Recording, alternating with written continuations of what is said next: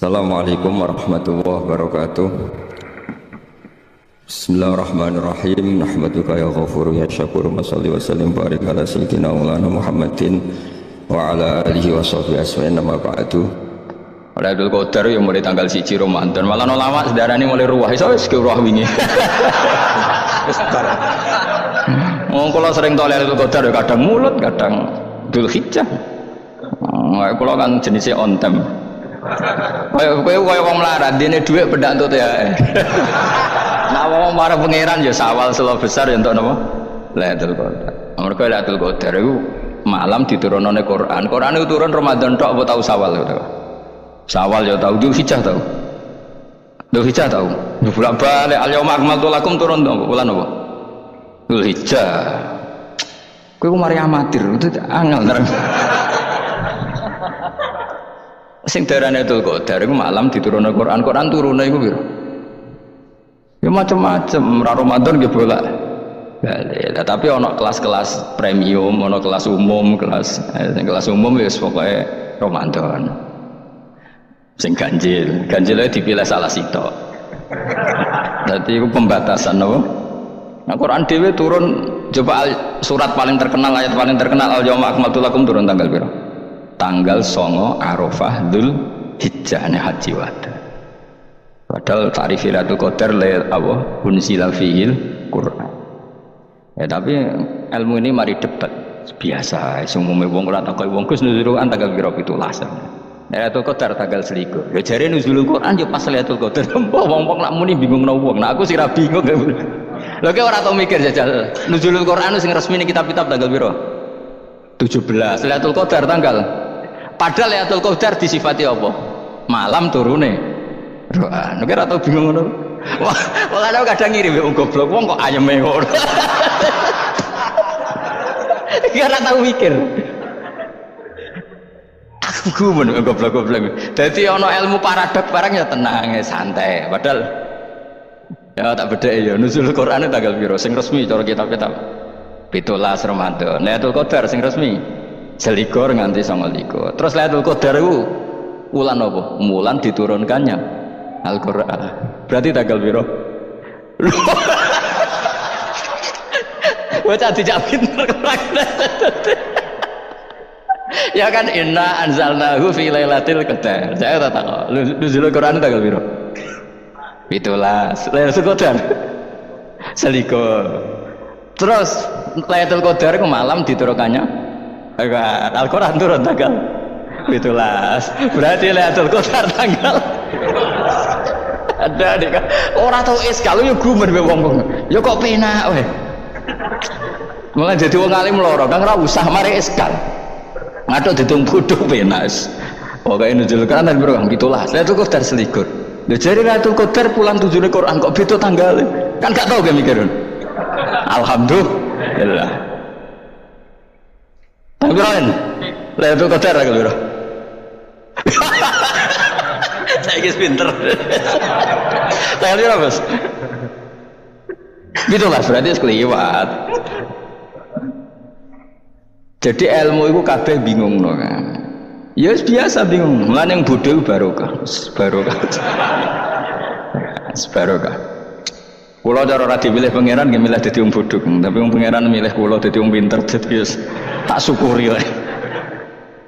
Tapi kadang kulo iri wong bodho iku iri. Modele penak uripmu. Santai. Ya saiki ya Lailatul Qadar iku sifatnya apa? Inna anzalnahu fi lailatul. Normalnya kan ainun nuzulil Quran yo ainul lailatul qadar. Berarti tanggal piro? Darawade lagi. Innalillahi wa inna ilaihi raji'un. Kita warai ilmu cara wong alim. Meskipun sampean boleh bantah siji ya kadang keterbatasan ilmu. Nomor loro hasud, bantah kan sebabnya macam-macam. Hasud. Nomor telu bantah go kegiatan. Kayak wong kuliah nak agak kritis kan darani ra pinter. Jadi cocoklah ya kudu bantah. Engko khas-khasan cerdas apa? Nomor 4 bantah niku sifate wong wedok. Menang kalah protes. Berarti kowe ora lanang, berarti wedok tukang protes itu wedok. Nomor 5 bantah itu berarti dia punya keiskalan tapi nggak bisa keluar dari keiskalan itu. Jadi problem Anda ditimbangkan ke saya, itu ya ora sopan. Problem-problemnya dhewe kok ditimbangkan ke saya. Begini terang. Hukumnya Allah Ta'ala itu ada yang berstatus itu lugu. Lugu itu ya lugu ummi, karena agama ini memang ummi. Ummi itu lugu. Sehingga agama ini tidak perlu diterangkan. Ngendikane Abu Hanifah, agama ini ketika datang itu orang lugu. Lugu itu murni. Murni itu proporsional. Sehingga sifat ummi itu baik. Misalnya saya bilang gini, rungon awas kena keliru. Kalau kamu sholat itu batal kalau makan. Itu ukurannya satu upo apa satu piring? Satu upo kan? Itu sudah batal. Terus kalau saya bilang gini, Cong nak ono tamu keimangan, itu sak piring tak saupo. Ndak jawab ya. Sak piring, ora iso misal, tak keimangan go sak upo sing penting. Nah, lalu Anda ditanya gini, lalu definisi makan itu apa? Memasukkan satu piring ke mulut apa satu upo ke mulut? Dalam bab sholat satu upo ke mulut itu makan, tapi dalam bab hormat tamu itu satu piring. Setuju ya? Tak warai pinter ke? Ayo tak warai ya. Wes setuju ya? Wes pinter. Lo jawab wes pinter. Urung. Lailatul Qadar ya ngono. Misalnya Lailatul Qadar menjadi super karena ada sesuatu yang super turun, yaitu Lailatul Quran. Jadi menjadi super karena yang turun adalah sesuatu yang super, dan itu artinya tanggal loh salah nih aku cek itu utek tanggal selikur kabeh sing ngaji ning ngene. Oh jelas inna anzalnahu fi lailatul qadar. Hurujuk ning ndi? Quran kan? Wa ma adraka ma lailatul qadar. Lailatul qadri khairum min alfi syahr.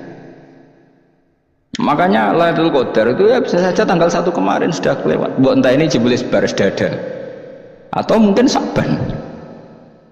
Jadi perdebatan ulama tentang Lailatul Qadar, malah ada wali yang bilang saya tiap hari mendapat Lailatul Qadar. Nah, itu malah ra kelas meneh, malah pusing, malah napa? Pusing. Udah gak usah mikir itu. Jadi hukumnya Allah itu ada dua. Ada hukum itu lugu dan ini bagus. Makanya saya itu kenangan saya terbaik dalam membela Allah dan Rasul. Saya ulang lagi, kenangan saya terbaik dalam membela Allah dan Rasul itu masalah faraid. Dulu mungkin banyak yang ingat lah ketika tahun berapa lupa saya, tapi ada seorang menteri dan pakar Islam menggulirkan isu hak waris itu sama, lelaki dan perempuan sama. Alasannya karena perempuan sekarang kerja. Jadi gara-gara kesamaan gender kemudian mereka ingin bagi waris itu apa? Sama, lidzakari bisul khadil, saya itu ditentang. Gerakan itu pernah menguat, termasuk yang bisa dengan tanda kutip bisa menghentikan gerakan itu termasuk itu saya. Yang punya pikiran gitu tak parani, tak tantang begini. Saya bilang gini, Anda ngomong ini itu karena pinter apa karena tren? Tak tanya, ya karena pinter. Saya ini kan orangnya keren, punya kepangkatan jos lah. Ya kepangkatan jos, kepangkatan dunia mesti nak cara pangeran jos ora ya ora. Kalau cara ukuran dunia itu jos loh. Tak tanya, saya itu Pak Ba, termasuk yang setuju gerakan kesamaan gender. Dulu kan lelaki perempuan itu beda sekali karena lelaki kerja perempuan tidak. Sekarang sama-sama kerja maka warisnya harus sama. Terus saya tanya gini, lalu penyebab warisan itu kerja apa lelaki? Dia jawab kerja. Dia nggak ngerti kalau ngadepin saya. Saya ini kan orang alim yang biasa belajar mantek. Dan ini roh nak aku ngalim. Sembrono ya dan ini. Ketika tak tanya gini, lalu misalnya saya punya anak, yang anak saya putri itu direktur BUMN atau direktur bank atau direktur PT besar. Kemudian anak lelaki saya idiot, goblok. Warisannya dikasihkan siapa? Kalau kerja adalah alasan dapat warisan, berarti anak saya perempuan itu yang dapat warisan dong. Anak saya lelaki kan idiot, nggak kerja. Lalu warisan itu berdasar prestasi apa empati? Kalau berdasar prestasi malah Anda ini aneh. Sudah kerja direktur BUMN hanya karena dia kerja, dia dapat warisan karena Anda bilang asbabul irsi adalah kerja. Kalau saya bilang karena empati, saya juga agak fair. Yang kerja juga butuh modal gak saya warisi, tapi yang idiot tak warisi karena warisan berdasar empati. Lalu Anda milih mana? Bingung deh Nabi. Sampai dia ikrar, saya belum pernah mendapat perlawanan seperti ini karena Anda ngomong sama orang-orang goblok, kata saya. Terus saya bilang, saya ini ngaji Wahab khatam berkali-kali. Anda mungkin baca kitab Wahab itu hanya terjemah. Maka menurut Islam yang menjadi hak waris itu sebabnya dzukura wal unasa, kelelakian menjadi dapat 2 bagian, keperempuanan menjadi 1 bagian, dan itu Islam tidak mau urusan dengan prestasi maupun empati, mujarradul dzukura dan mujarradul unusa. Sehingga dengan seperti ini tuh Islam nggak ribet. Coba kalau kamu pakai ilatul hukmi, pakai cara berpikir logika, malah ruwet. Karena tadi kalau kesamaan gender itu karena perempuan kerja, lalu misalnya yang lelaki idiot misalnya atau pengangguran, warisan kamu kasihkan siapa? Kalau kerja itu menjadi alasan hukum, kamu kasihkan yang perempuan kan? Aneh enggak? Yang sudah kerja malah kamu kasih warisan yang nganggur? Enggak. Berarti berdasar prestasi atau berdasar empati. Kalau kamu dapat warisan, idiot dulu dong, idiot dulu, goblok dulu, kecelakaan dulu, baru dapat warisan. Karena dapat empati, yang sudah PNS nggak perlu dapat warisan karena sudah juga ruwet. Fikih seperti ini ruwet nggak? Ruwet. Nah, kata Imam Haromen, gurunya Imam Ghazali, agama itu kadang dinuna dinul ajais, kita ikut yang lugu saja. Allah bilang lelaki dapat 2 bagian dari perempuan, ya lelaki ya yang punya alat kelamin, penis. Perempuan yang punya farji, ya sudah gitu aja, gak usah ruwet-ruwet. Kenapa begitu? Ya sudah seperti itu. Nanti lama-lama gini kalau diterusin. Ada seorang dokter fikih perempuan, dia menguasai fikih sholat, ruhin lanang tapi gak menguasai fikih sholat, rohnya mau pesolatan aja. Lalu yang jadi imam siapa kalau berdasar prestasi? Perempuan dong, karena dia doktoral fikih sholat, dia menguasai aneh-anehnya sholat, horo ibu masa ili sholat dia menguasai. Sementara ruhin takoi sholat itu apa? Pokoknya ini gugus ngadeg terus lugu terus ngadeg balik apa? Ada mulan nak salam ngalerian, dia tahunya hanya itu dok. Lalu kalau nuruti imam sholat adalah yang terpandai dalam fikih sholat, tentu yang imami perempuan. Tapi agama ini tidak seperti itu, pokoknya wong lanang imami wong itu. Jadi makanya kata Imam Haromen, dinuna dinul ajais. Sampai Said Muhammad itu sering ngutip beliau gini kan, Allahumma imanan ka imanil ajais. Ya Allah, semoga iman saya menerima konsep engkau itu ka imanil ajais, imannya wong wedok-wedok sing lugu. Ajis itu perempuan lugu yang sudah sepuh. Jadi misalnya ngukur anak seneng ya anak kono gedang goreng ngekei duwe, ya lugu saja. Itu bagus daripada kamu pakai argumentasi, karena argumentasi ini sebetulnya kelihatan cerdas tapi ada kebodohan masif. Karena tadi kalau hak waris kita otak-atik dengan prestasi, maka yang pro empati akan protes. Paham ya? Masa yang sudah kerja dikasih banyak, yang idiot enggak? Tapi kalau berdasar empati juga aneh. Masa dapat warisan harus goblok dulu, harus kecelakaan dulu. Maka Rasulullah pernah ngendikan ketika ditanya, lalu warisan untuk siapa ya Rasulullah? Nabi jawabnya lucu, fali aula rojulin dakarin. Jadi Nabi sempat ngendikan kata rojul, kemudian direvisi dakarin, fali aula rojulin dakarin. Semua ulama ngendikan dakarin di sini adalah badal. Nabi ngendikan rojulin, kemudian Nabi ingat kalau rojul itu identik dengan lelaki dewasa, apa? Kemudian Nabi mengulang lagi dakarin, tidak harus dewasa, yang penting lelaki. Jadi meskipun baru lahir, kalau dalam keadaan baru lahir namanya apa? Kan dakarin kan? Belum bisa dikatakan rojul. Paham ya? Nabi ngulang 2 kali, fali aula rojulin dakarin. Ini penting saya utarakan supaya clear. Jadi agama itu gak usah diotak-atik. Ya itu tadi, misalnya imam sholat itu lelaki, ya sudah lelaki. Lelaki itu apa? Yang punya alat kelamin lelaki.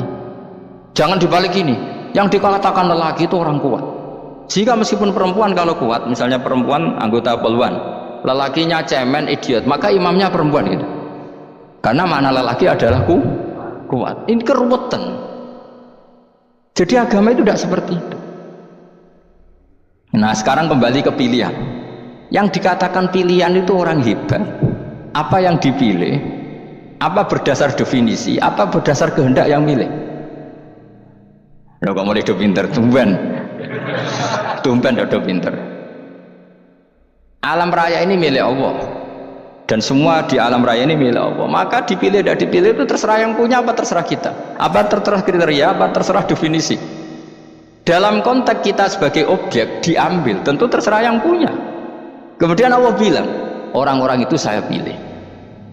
Nah kalau milihnya Allah berdasar kepunyaan, tentu Allah boleh dong memilih orang yang sebetulnya berstatus dolim. Ya tapi ya tetap dia dolim, tapi ya tetap dipilih. Kenapa ya? Karena Allah yang punya. Saya misalnya orang kaya, boleh nggak punya HP buruk? Boleh kan? Terserah saya. Saya orang kaya, beli HP mahal, medium dan paling buruk, boleh nggak? Boleh saya yang punya. Nggak boleh Gus, dengan orang kaya harus beli HP yang mahal. Yang bilang harus siapa? Nah kegoblokan kita ini seperti ini. Nak wong sugih HP ini kudu larang. Nak wong alim kudu bojone ayu. Sing kudu darani kudu ayu sapa? Nak maji jalan yang dumdu swarga lho kudu iku sing swargane mbam tapi kudu. Nah, kita ini sering berpikir ngatur Tuhan. Nah, Indonesia negara yang mayoritas muslim terus Islam Indonesia kudu dadi sampling Islam seluruh apa? Dunia. Ya ora usah sombong ngono ya keben mayoritas ya mayoritas juga wonge kakean ngono ae ora perlu GR jadi sampling percontohan Islam nasional ora perlu ngono. Kan misalnya terus dadi contoh misalnya nang Masjid Haram niru Jumatan ning Indonesia berangkat mbek do rokokan. Bariku teki diusep-usepno ning pojok pager. Lah misalnya wong Mekah terus do ngono kabeh karena mencontoh Islam mbek Indonesia. Kacau gak? Ora usah GR ngono biasa wae. Napa? Biasa wae. Terus misalnya mencontoh Islam Indonesia, Indonesia nak jaran Wali Songo terus tahlilan nunggu nganti setengah jam. Lah terus raudhah dikepung ngono rak macet Mekah Madinah. Mergo agar ziarah Nabi terus lungguh apa? Sak jam. Nak ning wali sak jam ning Nabi 2 jam lah kira-kira gitu. Ya malah ngenyak Kanjeng Nabi tuh. Nabi sekaruan afdhalul khalqi mbok dongakno wa maghfir lahu warhamhu. Niku malaikat sak langit miso. Ya Nabi kok dongakno di sepuro. Kowe tapi ya butuh sepuro. Enggak boleh doakan Nabi gitu, enggak boleh. Allahumma sholli ala sayyidina Muhammad wa ala alihi. Enggak boleh pakai ighfir lahu. Masalahnya tahlilan apa alam donga iku terus kamu gunakan. Ya misalnya terjadi percontohan Islam dunia terus Nabi kabudut ditalkin, nak ditakoki waman rabbuka piye.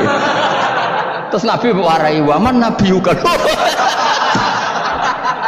Mesti Nabi yo pro, lah aku Nabi coba takoki.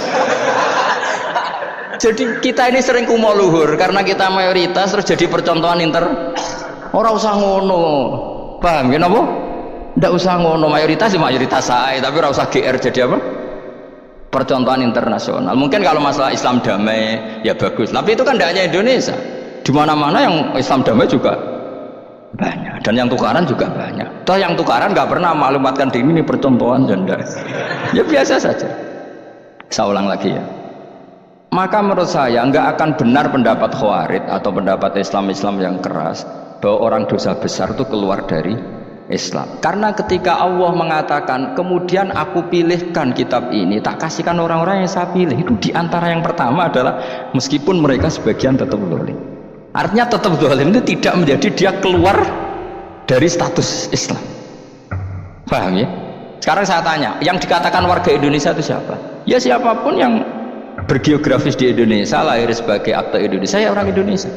Kemudian ada yang penjahat, ada yang maling, kita penjara. Apa dia keluar dari kebangsaan Indonesia? Enggak kan? Sama ketika orang Islam menjadi zina dan fasik koruptor, keluar dari Islam enggak? Enggak.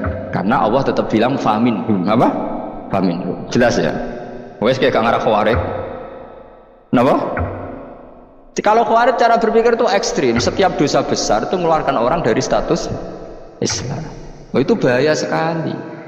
Karena nanti kalau itu iya, kita akan kehilangan banyak orang nopo Islam.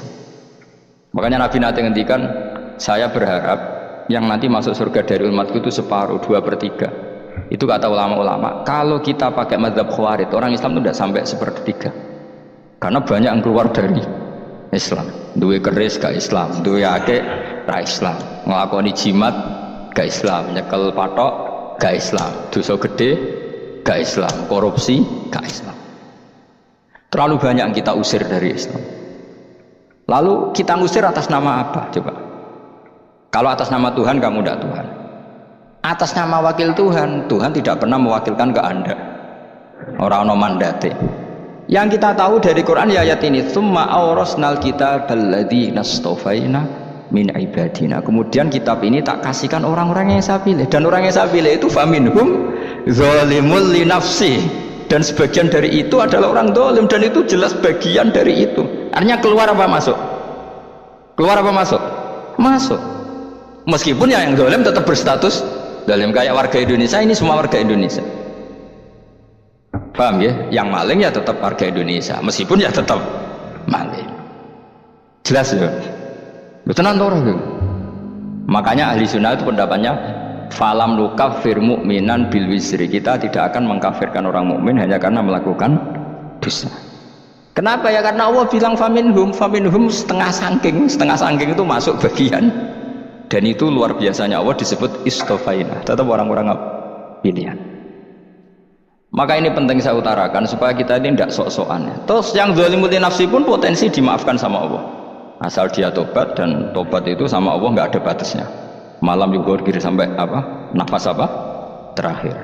Dan kadang orang itu sebetulnya nggak niat tobat, cuma ada perilaku tertentu sehingga dadian Allah itu simpati. Itu juga banyak yang diterima tobatnya Allah.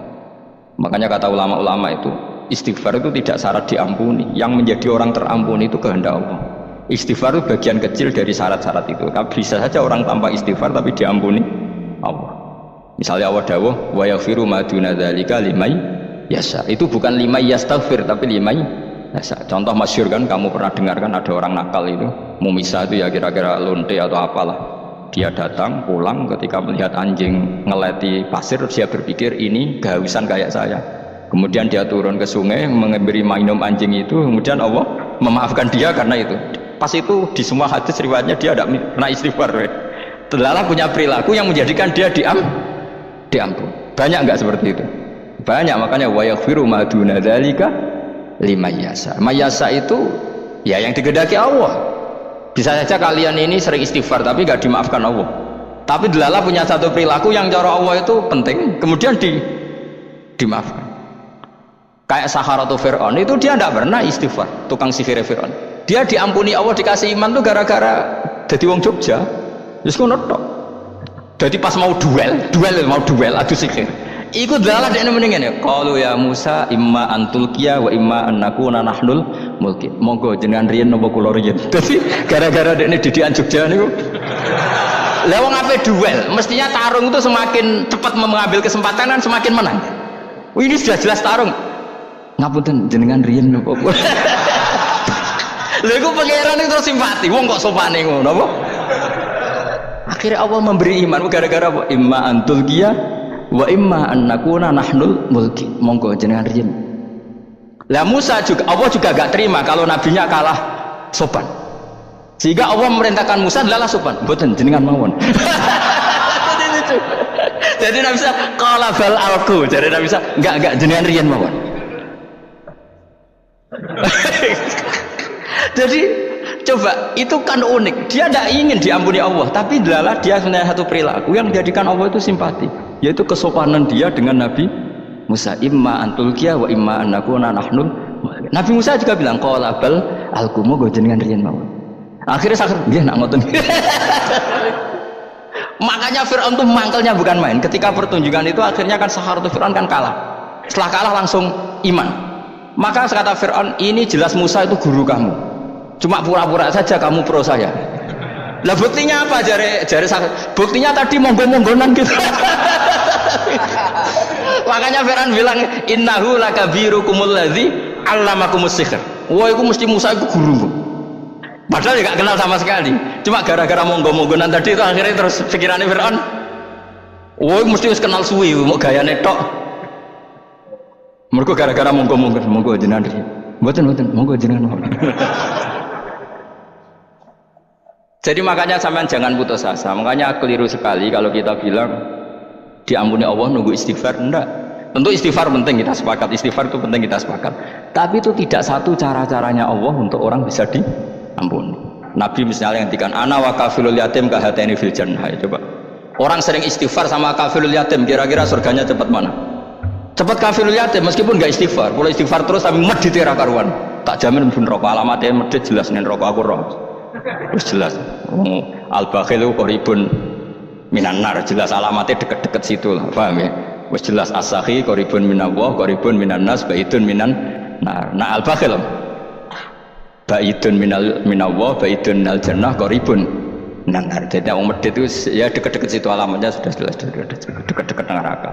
Ana wa kafirul yatim kahateni fil. Berapa apa semua yang dimaafkan Allah Nabi nyebut syaratnya istighfar? Kebanyakan malah enggak. Orang alim misalnya. Makanya orang alim kalau jarang istighfar kamu enggak usah iri. Orang alim tuh mulang tok, itu langit bumi mintakan ampun. Wa innal alima la yastaghfiru lahu man fis samawati wa man fil ard hatta al khitan fil bahr. Orang alim itu otomatis dimintakan maaf oleh langit dan bumi sampai iwak ning laut. Mulane jenenge Gus Pak jangan istighfar. Aku sing istighfar iki akeh sembrono. Langit bumi no. Mulane kula nu jarang istighfar bukan karena saya sombong, memanfaatkan istighfar mereka no. Dan saya yakin itu lebih mandi timbang istighfar saya. Ngon koman fis samawati nglebokno Jibril, Mikail. Orang-orang keren apa makhluk-makhluk apa keren. Saya baru cari hadis yang wa innal muta'allim sing ijek belajar tapi belum ketemu. Nanti kalau ketemu tak kasih tahu apa. Karena hadisnya yang saya baca masih wa innal alim apa? Orang alim jadi agak ketat. Nah, nanti kalau sudah ketemu wa innal muta'allima. Nanti dicari. Tapi pasti palsu kalau ada itu. Karena semua teksnya itu apa? Alim. Atau ya kamu alim dibanding yang di bawahnya ya, semoga itu masuk apa. Jadi dibanding orang Papua kan harus alim. Saya ulang lagi ya, ini penting sekali. Jadi latihlah jangan punya gerakan takfiri orang lain dianggap kafir, orang lain dianggap kafir, karena Allah tidak pernah mengusir hambanya. Meskipun apapun salah najiyah, kata Allah tetap faminhum. Apa? Faminhum. Hum itu rujuknya ke yang depan. Jadi termasuk orang-orang yang saya pilih adalah faminhum zalimul li nafsi, tetap dia di arena itu. Nisbatnya Islam ya tetap di area Islam itu. Meskipun yang ya kayak warga Indonesia, coba warga Indonesia itu siapa? Yang terlahir di Indonesia dan ber-KTP berkartu keluarga Indonesia sudah. Nanti tentu yang bajingan tetap bajingan, yang koruptor tetap koruptor. Tapi menjadi warga Indonesia terus keluar dari warga Indonesia, tetap warga Indonesia. Kira-kira seperti itulah analoginya. Tetap istofaina tapi tetap berstatus faminhum dalim. Tapi rujuknya kan tetap faminhum iku setengah saking alladzinas tofai. Mulane ngaji ku sing tenanan, kowe ora usah anut khawarit. Khawarit opo ngamukan. Sithik-sithik wong liya salah iku apa-apaan. Lho saya juga mangkel be wong dolim. Semua orang soleh mangkel be wong dolim, tapi ya dihukum saja. Misalnya dalam Islam ada qisas, ada had, ada hadul qadzab, hadus sariko. Ya hukuman ya hukuman saja, tapi hukuman itu tidak bisa menghilangkan status. Ya sama seperti manusia tetap manusia, meskipun apapun dia ya manusia. Ya tadi misalnya manusia itu siapa? Ya manusia itu ya manusia. Terus kamu bikin orang yang standar ideal manusia adalah yang berperilaku baik, yang nggak pernah salah. Kemudian kalau Zaid itu maling berarti tidak manusia. Terus barangnya apa? Ketek.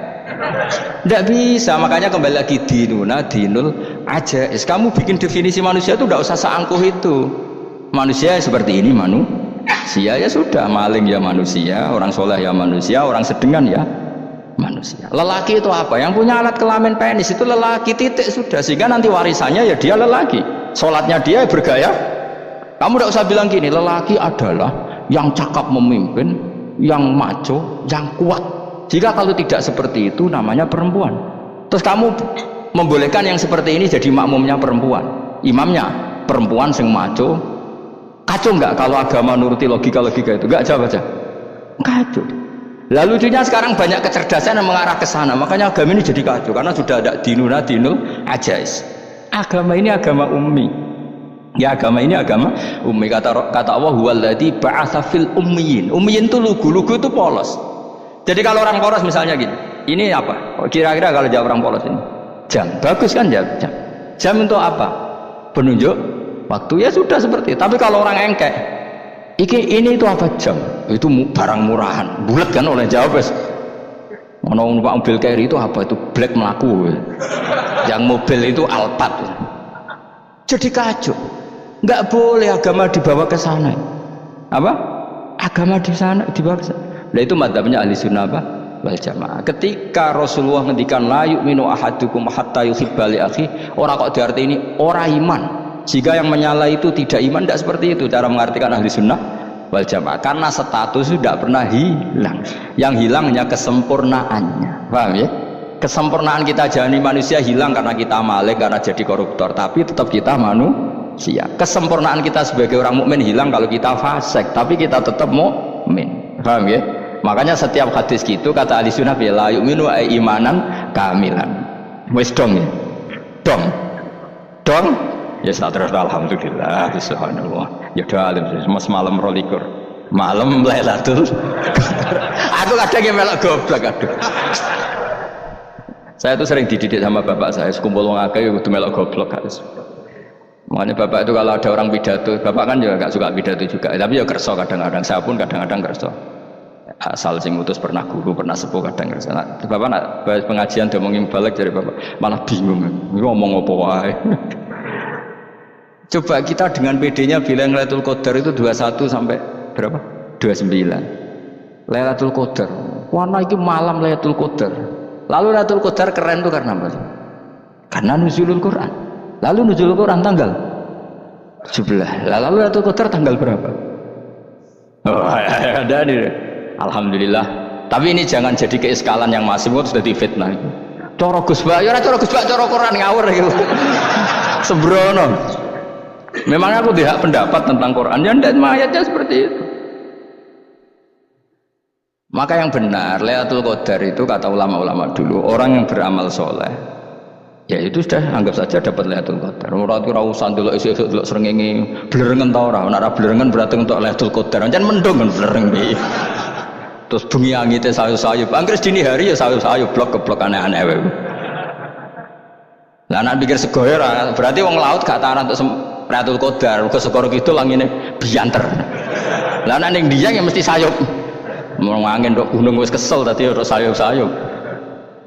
Gaya ukuran ojo ngono, gaya ukuran ngono rak wong Dieng luwih ngrasa entuk Lailatul Qadar timbang wong Segoro Kidul. Segoro Kidul angine apa? Buanter. Padahal alamate piye? Sayup-sayup. Aneh-aneh.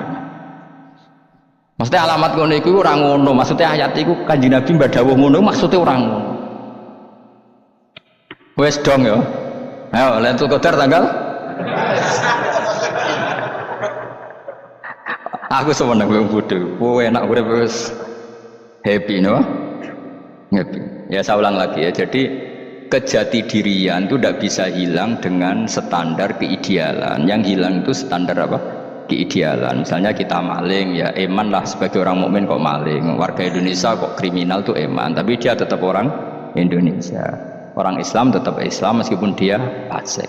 Begitu Allah ngendikan faminhum zalimul li nafsi. Sebagian dari orang yang saya pilih dia adalah orang zalim. Ya zalim saja. Kamu jangan kamu katakan kafir ya zalim saja. Zalim kira-kira maknanya kurang ajar, kacau, kriminal. Innahum satamne wong akeh haula itu kesete mengkono-mengkono wong kabeh biqorina tima klan korene perkara badhe kang sause iki. Kanu ana sapa ngakeh dzakila nalikane den ucapno lagu mare wong akeh. Maksudnya diajarkan disyariatkan apa syariat la ilaha illallah. La ilaha ora ana pangeran kang hak wujud, kang ora ana pangeran kang hak wujud. Nah cara kiye kuno kang ora ana pangeran kang wajib disembah wujud illallah kecuali Allah. Mereka itu adalah orang-orang ketika dianjurkan untuk melafadzkan la ilaha illallah iku yastakbiruna yusombong sapa ngakeh. Wa yaquluna lan ucap sapa ngakeh inna latariku alihatina li syairin majnun. Inna ana ta kita latariku alihatina dadi wong sing ninggal pangeran kita. Fi hamzatihi iku tetep ing dalam hamzah aina mau te apa wae takut dama kang disi apa mangatus niku kawingil tahqiqul hamzaten tasil terus idkhalu alifin. Lisa iren krono penyair majnun kang edan. Maksudnya masa kita meninggalkan ajaran leluhur hanya karena Muhammad, sing kata mereka itu syair yang majnun. Lisa iren kedua penyair majnun kang edan.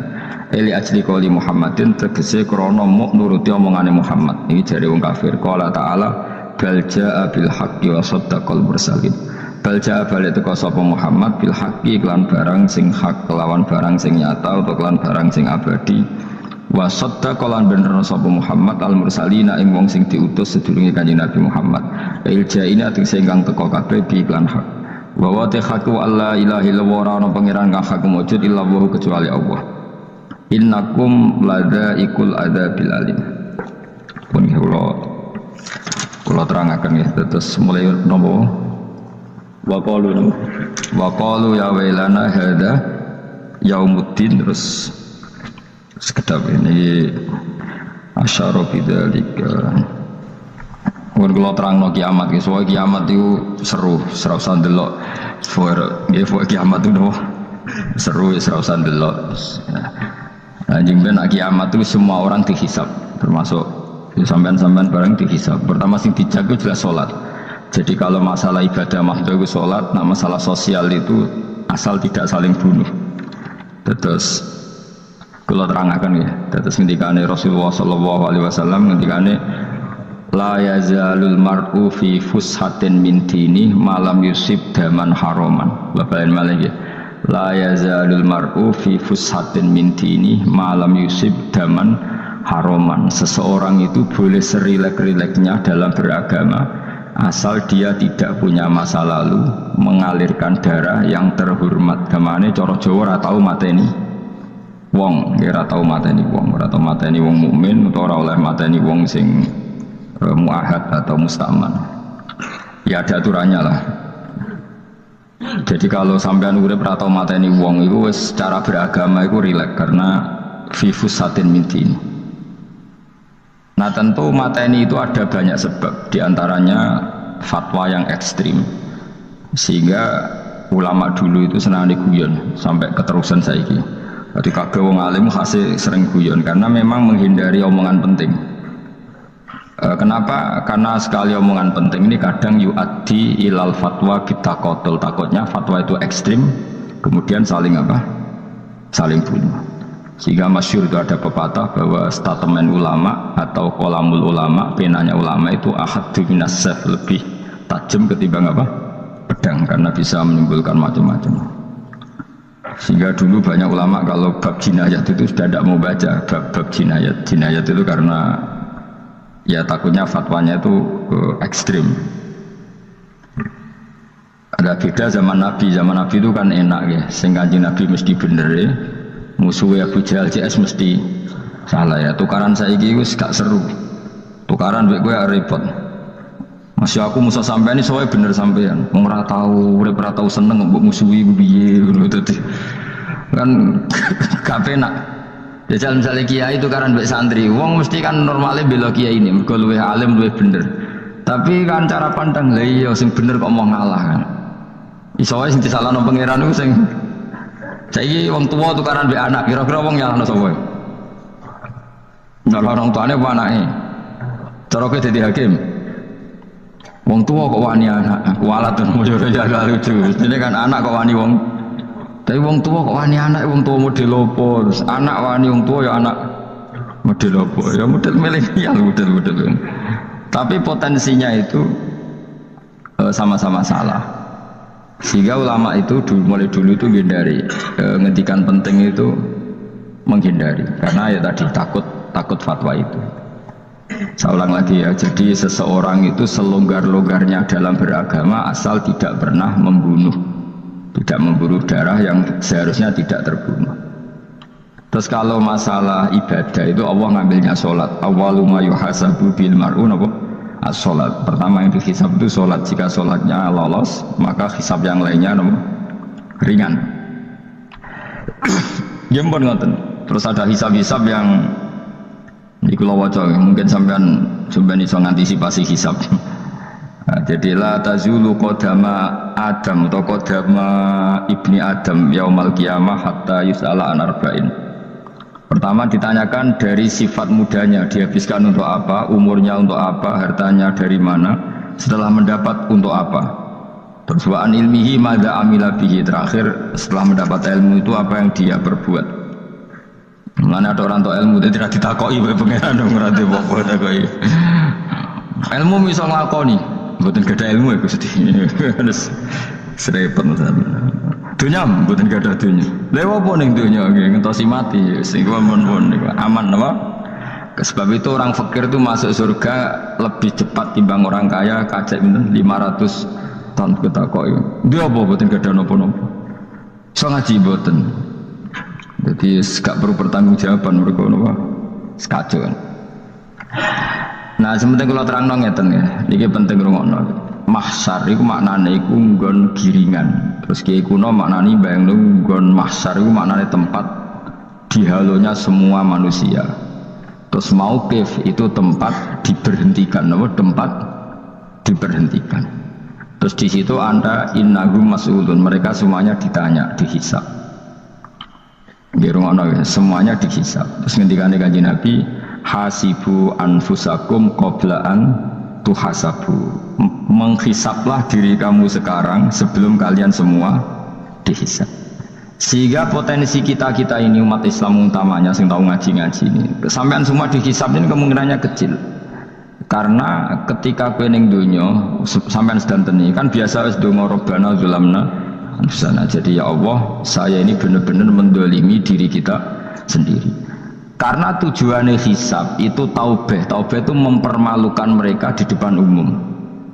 Seorang lagi ya, jadi semua hisab itu taubihan, mempermalukan mereka di depan umum bahwa mereka orang yang buruk. Sementara kamu di dunia sudah sering ngaku orang buruk. Saya ini wis roh ngakeh maksudnya ini kan.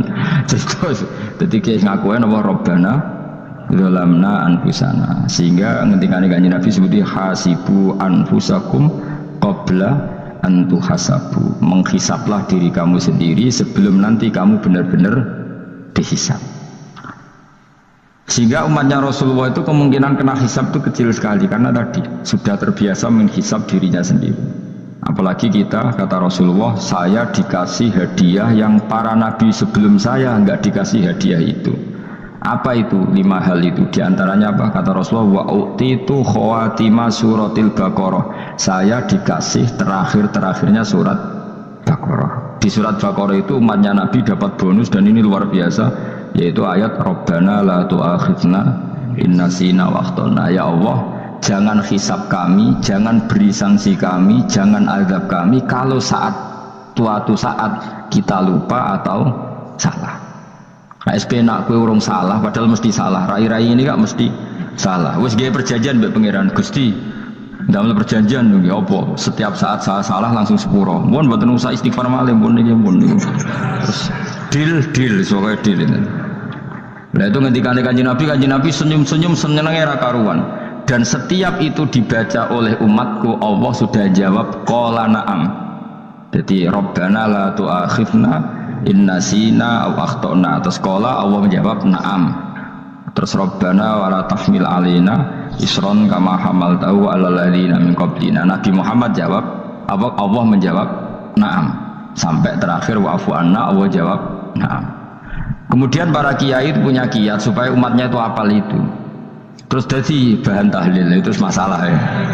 Faminhum ya faminhum sing tahlil ya ora paham, sing kritik ya ora paham. Alhamdulillah itu mesti podo-podo ora kena hisab.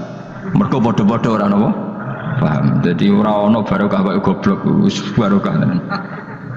Mergo sing lakoni ya ora paham, sing kritik ora paham.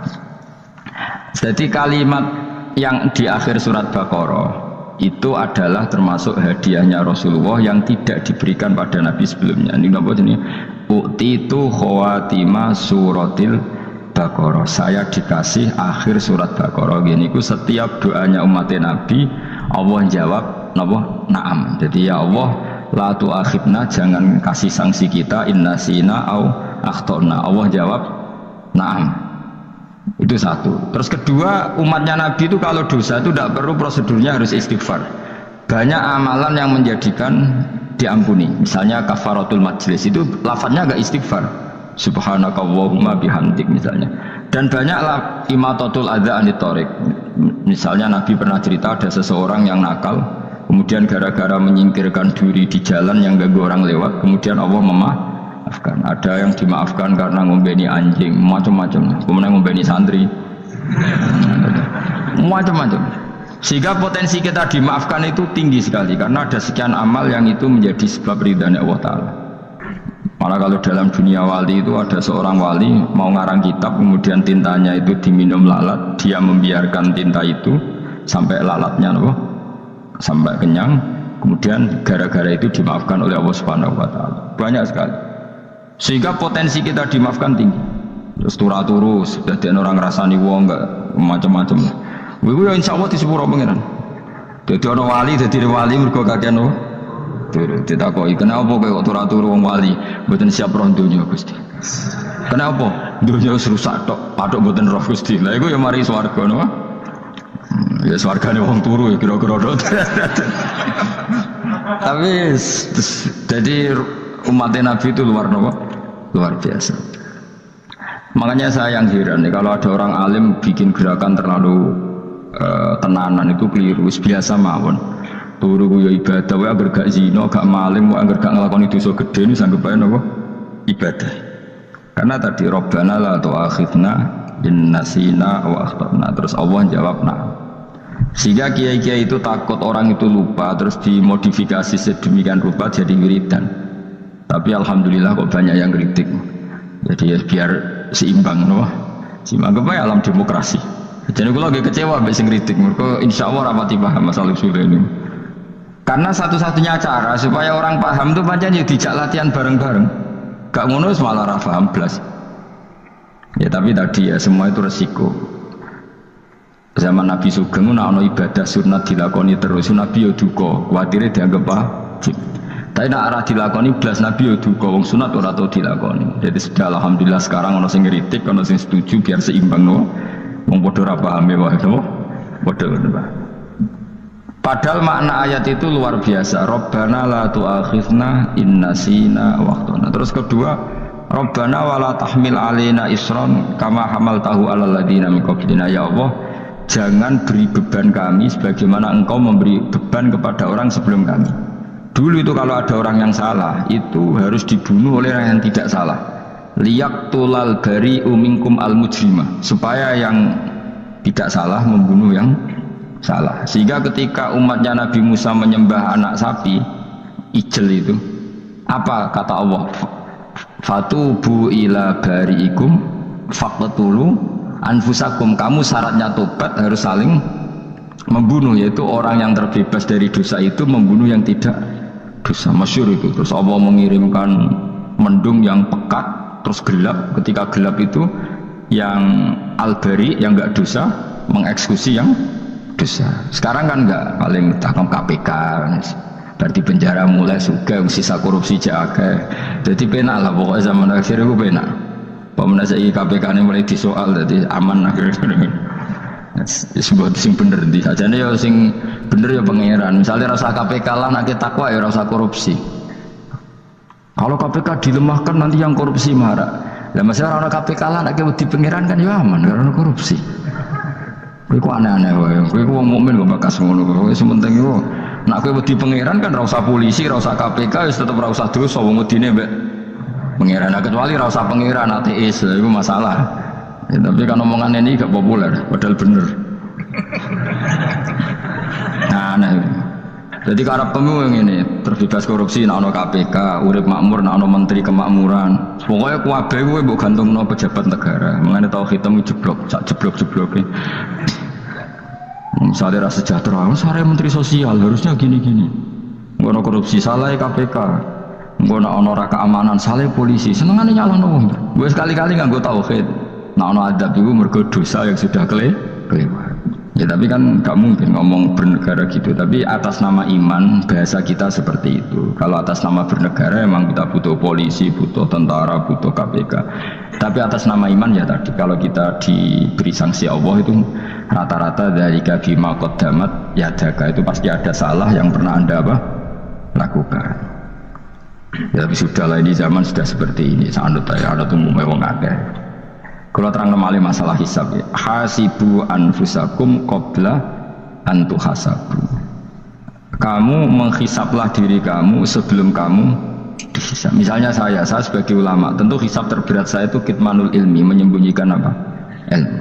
Karena ilmu kalau disembunyikan itu bahaya sekali. Bayangkan di alam fisik. Misalnya ada orang berkebutuhan pada kemaksiatan, terus di situ ditulis bar, karaoke misalnya. Orang bisa ke sana karena ada tulisannya, ada WA-nya, ada alamatnya.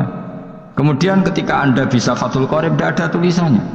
Harusnya Anda juga nulis ahli Fathul Qorib, ahli Fathul Mu'in, nah, atau ahli Jaljalut, tulis saja ahli Primbon. Enggak apa-apa, tulis saja. Penerus Ronggo Warsito, tulis saja. Zaman gendeng, nara melok gendeng, rakeduman, tulis saja. Tapi barokahnya tulisan itu kan orang bisa tahu. Makanya kenapa banyak orang sufi yang sudah menyembunyikan diri, wananya nakal-nakal karena dia disalahkan Allah karena menyembunyikan ilmu. Saya itu orang yang senang tertutup kecuali masalah ilmu. Saya mau mengajar terbuka seperti ini. Karena tadi awal dari dikenalinya kemakrufan adalah dimaklumatkan. Awal dari dikenalinya keburukan juga karena dimaklumatkan. Betapa celakanya kalau kemungkaran dimaklumatkan sementara kebenaran tidak dimaklumatkan. Makanya Mbah Mun itu sampai berfatwa, Mbah Mun guru saya itu. Nah, ono masjid ora ono menawarane Mbah Mun dukuh. Masjid kok ora ono menarane, wajib ono.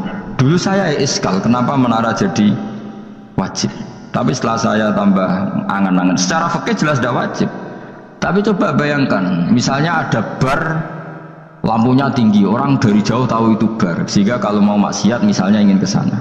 Sekarang misalnya masjid gak ada menara, ada orang ingin sholat, oh masjid tahu orang. Tapi baru kayak ada menaranya kan, tahu. Intinya semua kebaikan itu harus dimanarohkan. Makanya manaroh itu dari kata nur, dimenarakan, dari kata nur, dari kata dicahayakan, dimaklumatkan. Sehingga mulai dulu lama itu meskipun humul itu menyembunyikan diri. Tapi kalau masalah ilmu mereka membuka diri. Loh, coba kalau misalnya ngaji seperti saya ini, saya tidak terang-terangan jadi orang alim. Sebetulnya nggak baik. Kalau kamu ujub, sombong, aku orang alim itu tidak baik. Tapi kalau kita kan tidak karena ujub tadi, harus memaklumatkan. Coba berapa bapak-bapak yang tertolong nyari bidan ketika istrinya hamil, gara-gara tulisan karena yang nolong itu bidan, ya kan, dokter gigi, atau kalau nggak dokter ya ahli gigi. Ahli gigi itu yang dipasang tanpa medis itu. Tidak kamu menjadi tahu karena apa coba? Tulisan. Tapi kenapa kebaikan tidak seperti itu? Harusnya sampean ya tulis saja, misalnya sampean nggak alim saja, maklar orang alim. Siap menyalurkan ke tempat-tempat orang alim. Coba TKI tenaga kerja itu, mereka tahu Korea, Hongkong karena bisa penyalur tenaga kerja. Tulis saja rumah kamu penyalur ke orang alim. Nanti antar kembeduan. Kalau ada orang tanya, maksudnya gimana? Kalau butuh orang alim, tak antarkan. Oh ya sudah, itu kalau se-Indonesia, itu luar biasa. Jadi yang ngajinya dulu Fathul Qorib sampai bab sholat itu saja, ahli Fathul Qorib sampai bab sholat. Tulis saja dalam kurung pemahaman pas-pasan. Lo coba dokter itu kan fair. Kalau ilmunya pas-pasan wes dokter umum. Kalau dia merasa pinter dokter spesialis. Dan itu menjadi orang tahu. Tulis saya kan ke ahli saraf. Nah, lo buatan guyon itu betul. Makanya saya ini termasuk orang yang menyembunyikan diri. Tapi kalau bab ilmu enggak. Sehingga nyun saya tidak sombong, banyak gus-gus alim yang ngaji saya Jamul Jame, ngaji Mahali. Padahal itu kitab tersulit di pondok. Tapi gara-gara saya sering cerita, saya pernah ngaji Jamul Jame sama Mbah Mun. Saya pernah mentakriri kitab ini, kitab ini. Nya banyak yang ngaji saya. Kalau tanpa itu kan mereka tidak tahu. Ya sampai nggak apa-apa kalau menyaingi saya, tulis saja di rumah kamu ahli Jamul Jame. Baru diparani ahli apa, ahli jilid. Maksudnya kalau kitab kamu rusak bawa sini. Ya kan? Nah, sehingga syarat utama jadi nabi itu sebetulnya memaklumatkan diri. Ya saya ulang lagi, pertama nabi jadi nabi syaratnya apa? Memaklumatkan diri. Sehingga pertama beliau jadi nabi naik gunung Sofa, kemudian ya maksara Quraisyin halummu ilayya, wahai orang Quraisy kesini. Terus nabi mulai manggil satu-satu, ya bani Abdi Amanaf kesini, ya bani Fihr kesini. Terus saya ini adalah an-nadhirul mubin, saya sekarang diangkat jadi nabi. Terus Abu Lahab marah-marah, tabbannaka ya Muhammad alihada jama'tana. Muhammad kamu itu orang sial, kita enak-enakan tidur gara-gara kamu manggil kita datang, ternyata hanya untuk urusan seperti ini. Makanya terus ada tabbat yada abi labi watab. Tapi yang iman kemudian tanya, Muhammad kalau kamu setelah jadi nabi misinya apa? Saya diutus Allah untuk kamu menyembah Allah, tidak boleh menyekutukan Allah, dan Allah memerintahkan kamu afaf itu meninggalkan zina, meninggalkan maling, gini-gini. Coba kalau Nabi tidak memaklumatkan diri, jadi Nabi selunak-lunus, ketemu wong monggo nggih. Ada temu dia nggih. Sengerti nak Nabi ku sapa aja. Sehingga orang-orang yang humul, yang menyembunyikan diri itu di bab ulama masalah besar itu. Karena ciri utama dosa adalah kitmanul ilm. Makanya Nabi sidik amanat tabligh fatona. Tabligh itu lawan katanya apa? Kitman. Makanya saya ngaji di mana-mana, saya di Jakarta ngaji, di sini ngaji, di Pasuruan ngaji. Harus dimaklumatkan ilmu. Dan kalau ada orang tanya ya tak jawab. Saya itu kitab yang paling aneh di pesantren, misalnya yang mulai aneh lah. gak jamul jamek. Saya sampai sekarang masih ngajar jamul jamek. Kitab yang aneh. Macane lagi roh judulnya pusing. Jamul jamek, kumpulane pira-pira kumpulan. Jadi ilmu apa ae ana ning kono. Sing gak ana ilmu dukun, mboten enten. Ilmu carane bodoni ya ora ana. Ning kono mau carane mlebu swarga tok. Mane potensi kula mlebu swarga itu tinggi sekali. Cara semodel piye duwe. Dadi mun. Dadi cara semodel piye duwe. Jadi cukup banyak nopo cara. Sama nak di cara sitok ya orang mesti kulon gak ada cara ada. Jadi nak dari cara iki mentok ganti cara iki mentok. Gitu. Ya terakhir paling gampang itu cara nganggo fadhole pangeran. Nah, itu kena mbok tiru. Pokoke mlebu swarga nganggo fadhole pangeran. Masalah utama kita sebetulnya itu, makanya saya tidak pati cocok sama orang sufi itu. Kebenaran itu harus dimaklumatkan. Sementara orang sufi itu ingin menyembunyikan diri. Itu kalau untuk yang alim itu tidak bagus. Wong kita saja tahu itu dokter atau bidan karena tulisan. Ini bidan, ini dokter. Dan mereka jujur, dokter umum, dokter spesialis. Loh, coba misalnya di kota, kamu tulis saja penyalur kebaikan. Orang yang ingin mondok, pondok pilihannya ada, Sarang ada, Pulau Lirboyo. Kalau saya ke sana gimana? Saya kenal Gusnya, tak anter. Wan keren, sudah ada penyalur. Kalau orang bisa tersalurkan ke Korea, ke Korut, ke Jepang karena tulisan, kenapa tidak banyak orang tersalur kebaikan karena tulisan? Mau orang mau kelunak orang jelas. Meskipun nanti ditawari orang, mesti dulu sih ahli takrib, mesti wong guyu. Ahli Fathul Qorib sampai bab sholat. Tulis saja jujur, maaf tapi hanya sampai bab sholat. Tulis saja, ada maafnya barang maaf, tapi sampai bab sholat. Enggak apa-apa. Paling untuk wong sowan, darian mau jenengan 2 tahun. Tapi ini bodohnya mau 3 bulan, mulai ngajinya dok bab sholat. Enggak apa. Itu dulu memang begitu. Rasulullah zaman Sugeng itu kalau ngajari santrinya itu balighu anni walau ayah, maklumatkan ke kampung kamu meskipun 1 ayat. Banyak sahabat kalau ditanya ya tidak bisa karena ngajinya ada hatam. Tapi ya terus gak apa-apa, kok tak soal Abu Bakar, tak soal Umar, ditanyakan yang lebih pintar. Saking tidak pahamnya sahabat itu lucu ketika ada ayat waqulu wasrabu hatta yatabayyana lakumul khaytul abyadu minal khaytil aswad. Itu kalau mau tidur ya benar-benar bawa benang putih sama benang hitam, ditulis, dipasang di pintunya. Jadi kalau makan diinceng lagi, kok masih belum kelihatan, wah masih boleh makan. Terus begitu. Kalau sudah mulai syuruk, mulai padang, wah berarti sudah imsak. Jadi karena makanlah dan minumlah sampai benang hitam terbedakan dari benang putih. Artinya kalau malam kan dulu kan nggak ada listrik, nggak ada lampu, berarti kalau benar-benar masih malam nggak terlihat, berarti masih boleh makan. Nanti terus dilihat gitu. Terus ya sudah wakafnya di situ. Hatta yatabayyana lakumul khaytul abyadu minal khaytil aswad, wakaf dulu. Terus akhirnya Kanjeng Nabi itu piye kok umatku dadi masangi benang. Akhirnya Jibril teko. Ini makanya unik dalam ulumul Quran, satu-satunya ayat yang diturunkan hanya 1 kata itu ya ayat itu tok. Terus Jibril datang, Muhammad ayatnya itu kurang sitok, minal fajr, terus ditambahi minal fajr. Jadi minal fajr itu unik. Ada Jibril jauh-jauh dari langit. Itu mau nurun apa? Minal fajr. Makanya kalau kamu nanti dites, kalau ingin jadi dokter tafsir dites, ada 1 kalimat yang diturunkan jauh-jauh Jibril ke bumi. Apa kalimat itu? Jawabannya minal fajr. Us alim yakin alim. Memang ikut tak? Masa itu saudara? Mereka gara-gara sahabat itu terus masangi apa? Benang ngincang. Akhirnya minal fajr. Baru mereka tahu maksud fajar, maksud apa? Benang hitam artinya malam, benang putih artinya fajar. Sodik sudah menyingsing.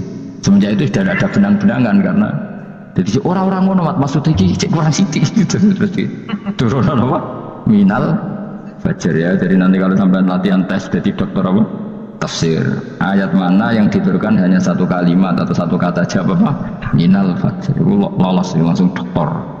Pun pinter ya, pinter ngerti maksudnya orang yang tinggal. Lah nanti hubungan kita dengan Allah ya seperti itu. Sejauh mana kita memaklumatkan Allah, sejauh mana kita mengkampanyekan Allah. Saya berkali-kali bilang, saya kemarin kan di Korea itu Sebetulnya hanya saya yakin hanya doa saya. Saya sering berdoa, ya Allah, Engkau dipuji di langit dan di bumi. Lalu kalau di bumi ateis, itu caranya kayak apa? Dulu saya itu terobati karena Uni Soviet setelah persemakmuran banyak menjadi negara Islam. Berarti itu bukti bahwa Allah pun dipuji di bumi Uni Soviet. Lalu yang kayak Korea kayak apa? Ternyata betul Koreanya tetap ateis, tapi gara-gara diserbu wong Indonesia. 49.000 wong Indonesia ning Korea Selatan. Iku mbok gawe sing salat separuh, iku jek pira? 24, kira-kira selawe digawe 20.000. Selawe salat kabeh, tahlilan kabeh seruame. Lah kok sing ngritik tahlil muni sunah Rasul tok seruame. Kok rame lah walhasil. Kita tahlilan wah itu enggak ada hadisnya, gak apa-apa sing penting muni hadis sing tok tahlil muni hadis ya ibadah, tahlil ya ibadah. Mbok lah soal kok bener di totalan guri sing penting rame, maksudnya sementing rame ngomong visi Islam. Itu Islam tahlil, situ Islam sunnah Rasul gak masalah. Wong ape yakin bener saiki ya ora ono klarifikasi, tapi sementing kan kabeh ngomong tentang Islam. Artinya gini, Allah punya cara untuk supaya bumi Korea itu ada yang bertasbih bersujud. Mil'us samawati wa mil'ul. Allah tidak kurang cara. Golek wong kedonyan ditawarik ke sana demi uang. Bareng wis ning kono dielingno pangeran. Segawe masjid, kontrak masjid macam-macam lah, masjid kontrakan ning Korea. Ngene ra ono. Pusing. Saya pernah ngisi di satu masjid itu, gambari pintu gerbangnya bukan salib kan. Ternyata tingkat 1 itu gereja, tingkat 2 bar, tingkat 3 masjid. Kadang ya kebalikan, masjid, bar, gereja, satu gedung. Jadi malaikat saya tidak tahu lewatnya gimana itu Pak. Saya nggak tahu itu cara lewat gimana, karena malaikat bagian rahmat itu nggak bisa dia lewat salib. Tapi dia harus menulis ganjaran yang sholat. Nggak tahu saya lewatnya dari mana karena itu. Ya tentu dia punya cara lah. Tapi yang jelas ya agak bingung ini gimana. Itu pernah yang tingkat 2 itu bar pas aktif. Ada santri yang ya pekerja imannya pas-pasan. Kalau nanti gue sebagai Jumatan, mlebu bar pas aktif. Wakai wong ayu. Meh wera Jumatan. Mereka mau tingkat 2 bar, tingkat 3 masjid. Itu ono khutbah yang barnya tetap main. Ada bar yang masjidnya tetap khutbah. Itu masuk bar. Udah Jumatan pun yang gini wae.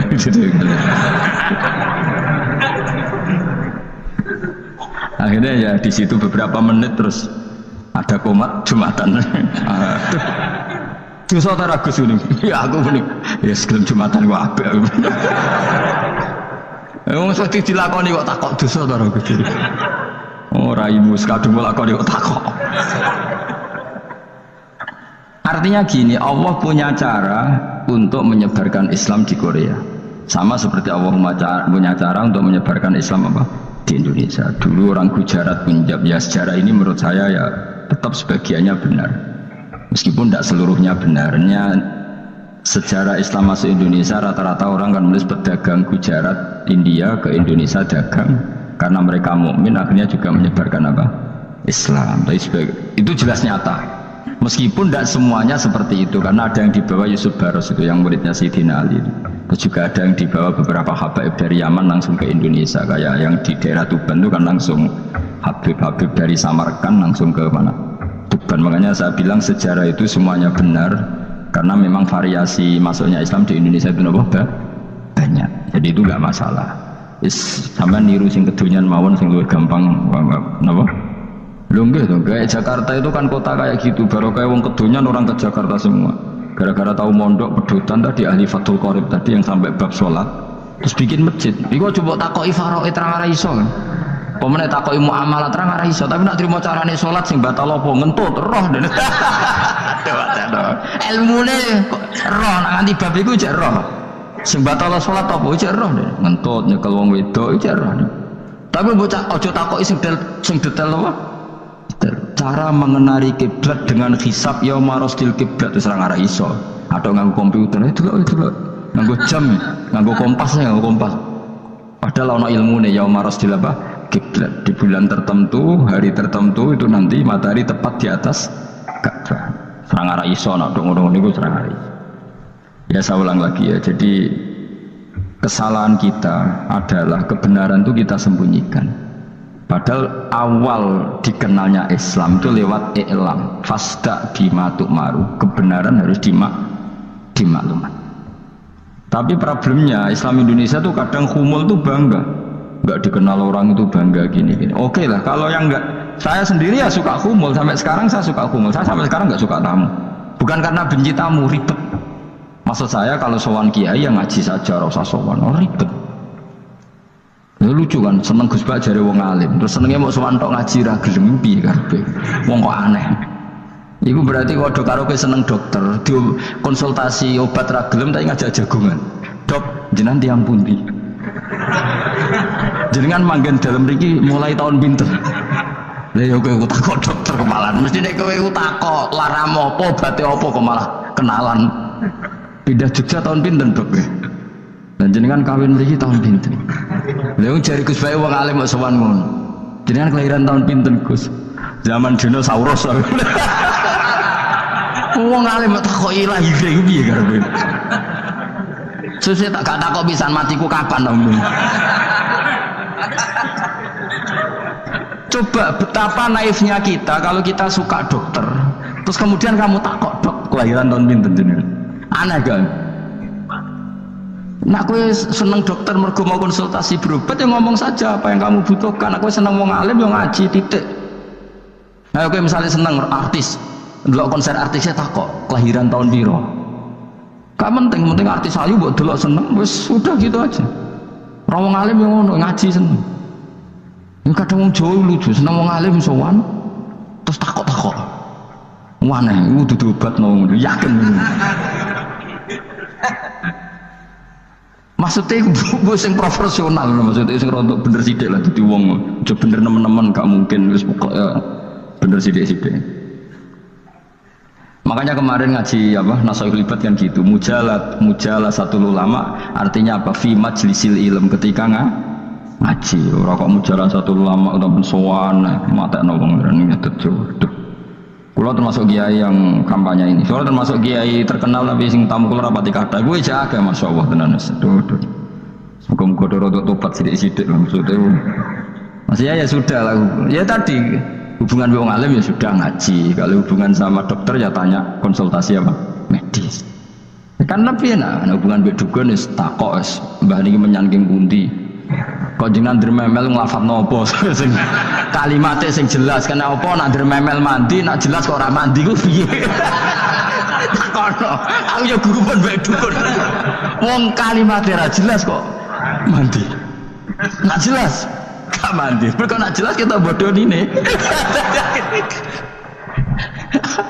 ayo guru mantra iku mesti gak wae rungokno tenanan kalimate terus ra jelas dukun-dukun dulu lu kok mandi, nak jelas malah mandinya tenan ora ya ora. Ya saya ulang lagi ya. Jadi sebab itu di Quran sering ada kata i'lamu, kenalilah, ketahuilah. Jadi awal dari agama ini adalah harus tahu. Maka menyangkut harus tahu ini lalu Allah bikin media. Media itu apa saja. Tapi lalu kita bisa berdebat tentang media, itu yang kita tidak tahu nanti hisabnya di depan Allah Subhanahu wa taala. Saya sampai sekarang itu nggak tahu, nggak pernah bilang halal, nggak pernah bilang haram. Misalnya gini ya buat ini dengerin ini. Di Korea ini sering teman-teman cerita, ada beberapa majikan yang baik sama umat Islam, yang pekerja Muslim itu kalau dipamiti sholat, ya, Pak majikan saya mau sholat. Sholat itu apa? Mereka bilang dengan bahasa analogi di Korea, pokoknya sholat itu sembahyang. Ketika sholat itu ditanya sama orang Korea, lo kamu itu sembahyang kok tidak ada patungnya? Karena pengetahuan mereka yang namanya sembahyang itu ada patungnya. Ada yang baik, apa sekalian tak belikin patung? Jadi wong Islam pas sholat itu didelok ngarepe dhuwure kok gak ana patung. Ono sing ape sujud itu digambarno salib. Mergo dekne denger-denger kalau karena tidak tahu Islam itu apa. Sementing ada personifikasi Tuhan. Ada lagi ini yang agak ngeri. Ada pegawai Garuda karena dia agak terpelajar waktu sholat, dia sholat sama krunya di mall. Itu langsung security mall nelpon polisi. Ini ada ritual teroris kata. Jadi sholat itu udah mukadimah sebelum ngebom. Jadi ritual. Pertanyaannya adalah karena mereka tidak pernah ngerti sholat itu kayak apa. Dan kadang-kadang orang ngerti bahwa sholat itu adalah ritual umat Islam itu lewat media. Media itu bisa berita, bisa dokumenter, bisa apa saja. Kita tidak pernah tahu cara Allah mengertikan. Seperti kita tidak pernah tahu madzhab Mu'tazilah, tahunya itu dari kitab-kitab ahli sunnah wal jamaah. Coba kita semua misalnya tahu madzhab yang aneh, Mu'tazilah, Jabariyah, Qadariyah, itu dari kitab mereka apa dari kitab ahli sunnah? Dari kitab ahli sunnah. Maka bisa saja informasi keburukan itu dari orang baik dan informasi kebaikan dari orang buruk. Kita tidak pernah tahu. Karena ini yang bisa ngelola hanya Allah Subhanahu wa taala. Tidak bisa, kita tidak bisa, hanya Allah yang bisa.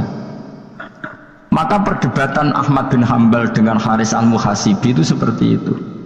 Misalnya gini, tak kiri contoh. Haris al-Muhasibi itu orang alim alama, dia ahli sunnah mandat, pokoknya ahli sunnah sekali. Dia mau ngarang kitab tentang dia menentang Mu'tazilah, menentang Qadariyah, menentang Syiah.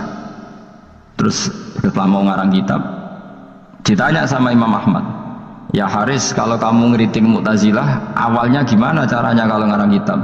Ya saya cerita pendapat mereka dulu, lalu saya saya tentang. Imam Ahmad guyu-guyu. Bukankah setelah kamu cerita madzhab mereka plus argumentasi mereka, jangan-jangan pembacanya sudah tertarik? Pas kamu nentang, kamu sudah dianggap gawe-gawe karena kadung tertarik. Saya tak contoh wae, misalnya gini, kowe sekarang rasa bayang dadi wong soleh biasa wae. Aku ana gambar wong wedok montok tak tulis, hindari ini. Kira-kira dia moto hindari apa gambare? Enggak jawab ya, kira-kira. Sing mbok nikmati kata hindari apa? Sing mbok eling-eling kalimat hindari apa gambare? Kira-kira. Padahal tulisannya apa? Hindari bahaya ini. Bahaya nanti terus didelok. Terus yang dieling-eling orang hindari ini, tapi sama. Pendapat Mu'tazilah itu ada yang menarik. Misalnya gini, menurut Mu'tazilah, seseorang masuk neraka ya karena amalnya, masuk surga ya karena amalnya. Apa artinya kalau masuk surga karena fadlnya Allah? Lalu gunanya amal apa? Mungkin pembaca kan tuh, wah ini proporsional ini. Gak ada ahli sunnah jadi ibu swarga mereka fadlnya pangeran kok enak. Lalu gunanya amal apa? Padahal dia tahu pendapat Mu'tazilah itu dari kitab itu, kitabnya orang ahli sunnah. Gak pernah tahu kita. Ya saya ulang lagi, itu kan ibarat kayak KUHP. Kamu baca KUHP draft, terus kamu cocok, kamu mesti nyalahkan yang demo. Atau baca buku selebaran orang demo, kan terserah kamu kan punya akal, kan tetap milih. Tetap milih. Problemnya kata Imam Ahmad itu, ketika kamu menceritakan pendapat Mu'tazilah, bisa-bisa orang itu kadung tertarik. Ketika mulai kamu tentang, orang itu gak tertarik sama penentangan kamu. Berarti kamu ikut menyebarkan Mu'tazilah. Sama seperti tadi, gambar perempuan yang agak jorok tadi, sebetulnya tak tulisi kata hindari. Padahal Rukinus gak tahu eling wong wedok, gara-gara tak kei gambar hindari bahaya ini malah jadi eling. Orang eling tulisannya eling. Nah hakikat saya ini penyebar kata hindari apa penyebar gambar itu? Coba. Lalu status saya ini pengedar gambar itu apa pengedar kata hindari? Iya yang mengedarkan kata hindari, tapi yang mengedarkan. Nah sama sekarang pertanyaannya, kalau kamu ngarang kitab anti Mu'tazilah itu sebenarnya pengedar mazhab Mu'tazilah apa penentang? Ya pengedar juga, karena umat tahu dari kitab kamu. Contoh ya. Nah ya mulanya itu jadi perdebatan, kaya iya kaya orang. Juga tuh kali gini misalnya, kamu jangan milih presiden yang dari militer, itu pasti keras, tegas, terus kaku. Ternyata pembaca itu wataknya militer. Lu cari yang begini, bosan kan kamu? Agak suka presiden sipil, nggak tegas. Padahal kamu nulis itu untuk menggiring orang milih presiden. Jangan milih yang militer, pasti tegas, nggak demokratis, nggak nerima pendapat. Ternyata pembacanya suka saya punya pemimpin yang tegas. Habis kamu kan? Yang tahu hati orang itu siapa? Makanya ketika kitab ahli sunnah dipenuhi dengan cerita-cerita madzhab Mu'tazilah, itu sebetulnya kamu itu pengedar apa penentang? Itu pertanyaan Ahmad bin. Akhirnya Imam Haris al-Muhasibi bilang gini, enggak maksud jenengan niku nglarang apa dukung. Pokoknya mergo mangkel. Dari Imam yo aku pokoknya ngomong ngono ae pokoknya. Terus akhirnya Imam yes nang ngoten kita arahe jenengan mboten sedo ngarang. Makanya Haris Al-Mumri akhirnya enggak mengarang kitab itu. Dia sebenarnya pernah rencana Kitabul Firaq fil Islam. Dia mau ngarang kitab kelompok-kelompok dalam Islam. Ya coba mau apa ya? Misalnya kamu bela tahlil, nasibnya juga seperti itu. Hujahnya tahlil, gini. Terus hujahnya penentang tahlil.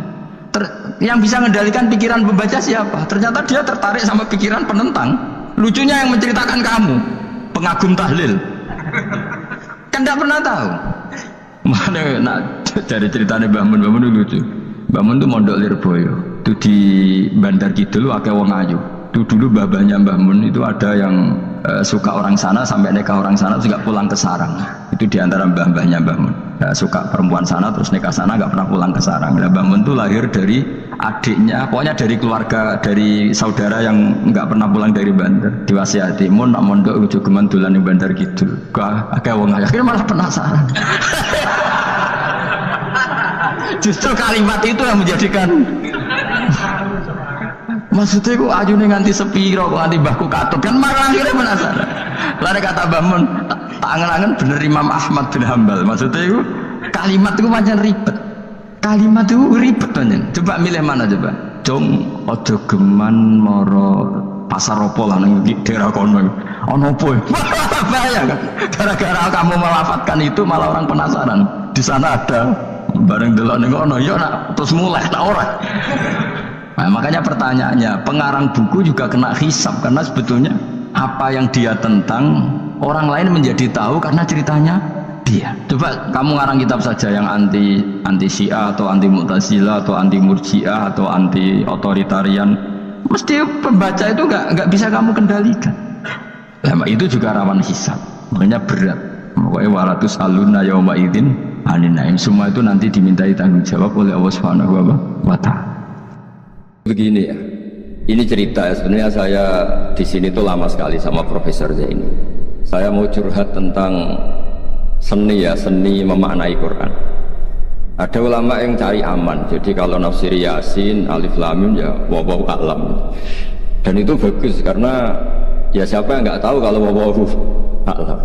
Ada yang nekat itu nebak-nebak, A itu apa, Lam itu apa, Mim itu apa. Ini ya tepak-tepakan, bisa dianggap klenik, bisa dianggap dukun.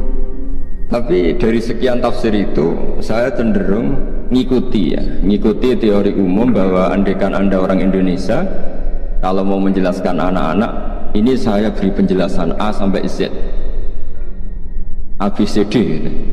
Jadi memaklumatkan bahwa kita akan mengkaji itu secara tuntas. Mungkin dalam kultur kita wis tak terangno A sampai Z, wis tak delok mulai rambut sampai sikil ya. Sudah saya lihat mulai rambut sampai kaki. Nah, jadi itu ibaratun anil idhah bikulil wuduh. Jadi itu dianggap penjelasan yang begitu detail.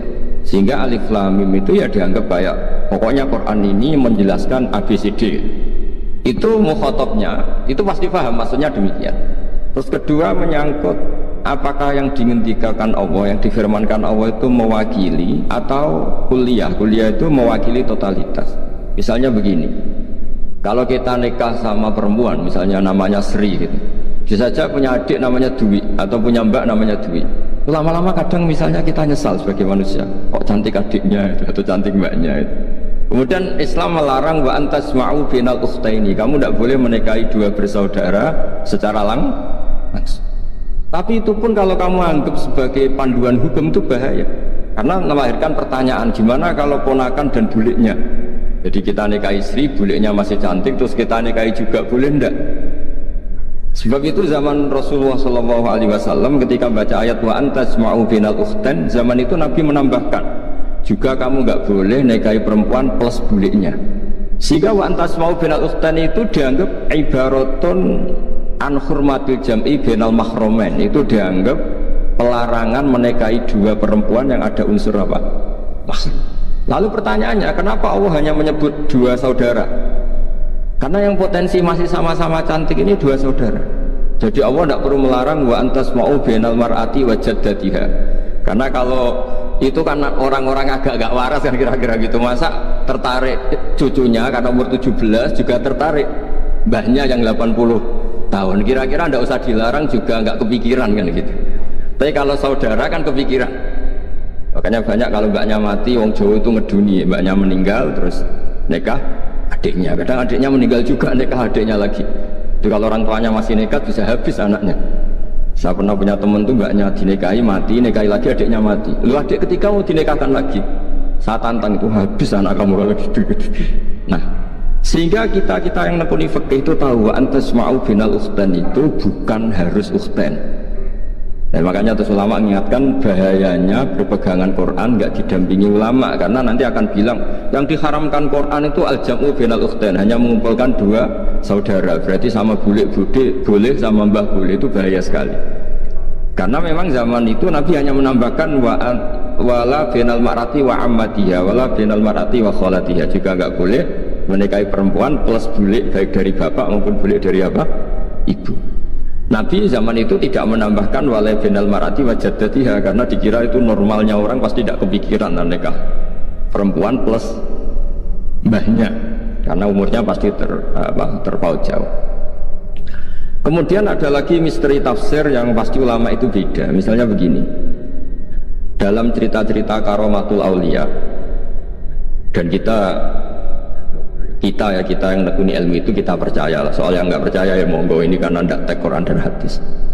Ketika seorang Nabi Muhammad SAW di alam arwah, karena di hadis Mi'raj Nabi juga sering ketemu para nabi, di antaranya ketemu Nabi Musa, ketemu beberapa nabi. Itu hadisnya sahih bahwa Nabi sering ketemu para nabi di alam arwah. Dan ini punya efek di kitab tafsir nanti. Ada ayat tentang pertemuan Nabi Muhammad SAW dengan Nabi Musa. Singkat cerita di kitab-kitab wali diterangkan, suatu saat Nabi itu dikomplain oleh Nabi Musa karena beliau menghentikan ulama ummati ka'ambiyai Bani Israel. Kualitas ulama umatku itu sama dengan kualitas nabinya Bani Israel. Ini kan memancing sentimen. Kata Nabi Musa, benar saja masa saya Nabi kok disejajari ulama gitu, disejajari ketua direktur tadi, direktur studi Quran, kan nggak terima. Masa saya Nabi setara dengan LC MUI, nggak terima. Dan itu menurut saya bagus, Nabi Musa nggak terima itu, saya sendiri juga nggak terima gitu. Akhirnya buktinya apa? Dalam cerita wali itu dipanggillah Imam Ghazali. Di cerita wali itu kata Imam Ghazali, nama kamu siapa? Ana Muhammad bin Muhammad Al-Ghazali At-Tusi Asy-Syafi'i. Jawabnya panjang sekali. Ana Muhammad bin Muhammad Al-Ghazali At-Tusi Asy-Syafi'i. Terus Nabi Musa, loh saya tanya nama kamu cerita bapakmu, mbahmu, madhabmu, daerah kamu. Terus kepanjangan, tanya nama ngomongnya panjang.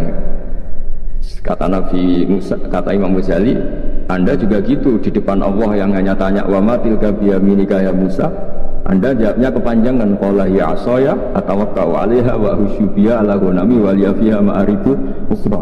Padahal Allah hanya tanya yang dibawa kamu oleh tangan kanan itu apa Musa? Ini tongkat saya Gusti, tak pakai gini, tak pakai gini, tak pakai gini. Masih ada dan lain-lain, wa liya ma'aribu ukhra, dan masih banyak kepentingannya.